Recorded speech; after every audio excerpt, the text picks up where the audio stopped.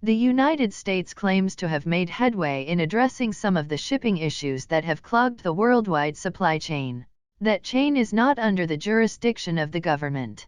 Although the Biden administration is largely made up of private port operators, trucking companies, railroads, and warehouses, it is supporting a plan for the Port of Los Angeles to operate 24 hours a day, 7 days a week, and for large companies like Walmart, Home Depot, and UPS to ship more goods at night. The Port of Los Angeles in California is one of the busiest ports on the planet, with 40% of all containers shipped to America passing through it and the Port of Long Beach.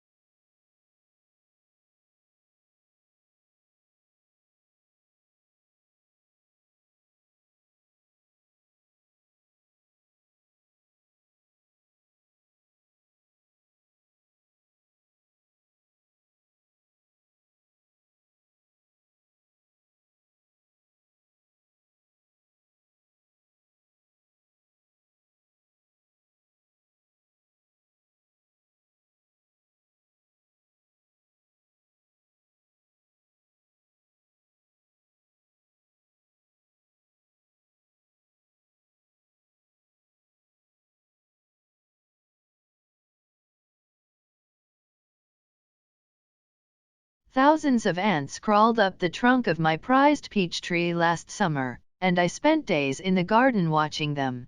On a sheltered side of the house, the tree has grown up against a warm well. I'm very proud of it, not just because it has weathered numerous harsh winters, but also because it yields delicious peaches on occasion. During the summer, I saw that the tree's leaves were starting to wilt. On the underside of the leaves, there were clusters of tiny insects known as aphids. They were visited by a large colony of ants, who gathered a honey-like substance from them. I immediately started an experiment that, despite failing to get rid of the ants, kept me busy.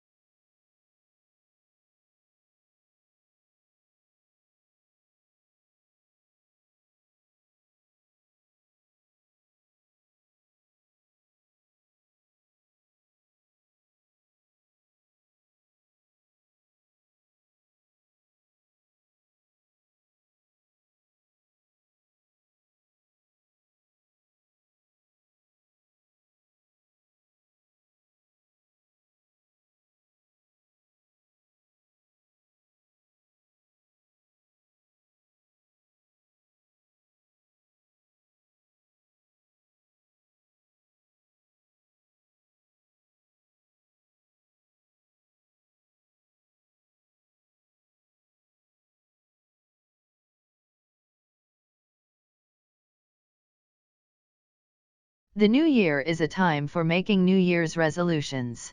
Most of us could mentally build formidable lists of do's and don'ts.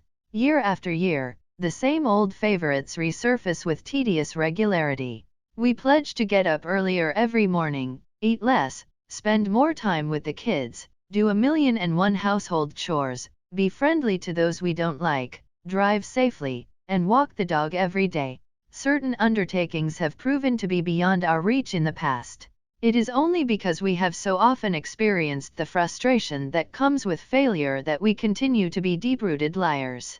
The majority of us fail in our attempts at self-improvement because our plans are too grandiose and we never have the time to put them into action.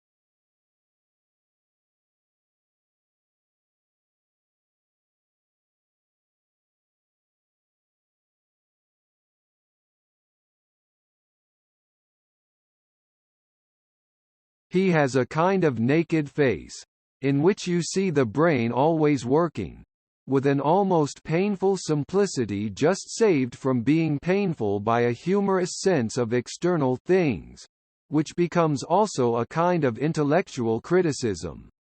He is a fatalist, and he studies the workings of fate in the chief vivifying and disturbing influence in life, women. His view of women is more French than English.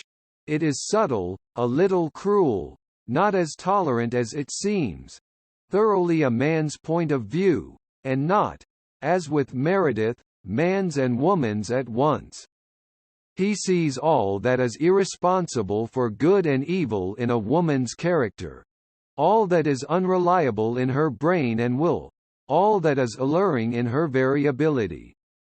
He is her apologist, but always with a certain reserve of private judgment.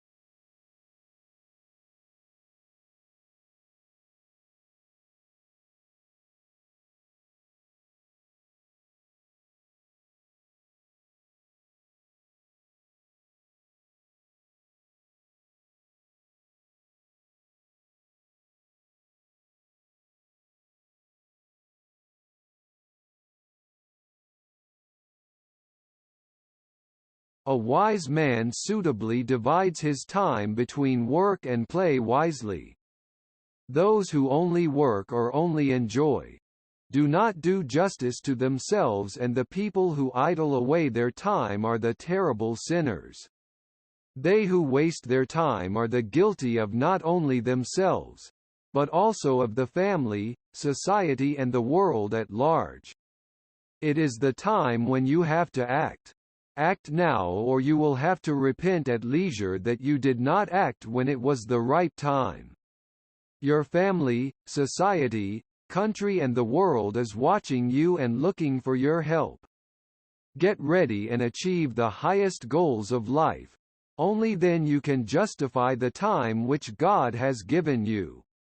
Else, you too would be lost in the crowd of people with no one to remember you.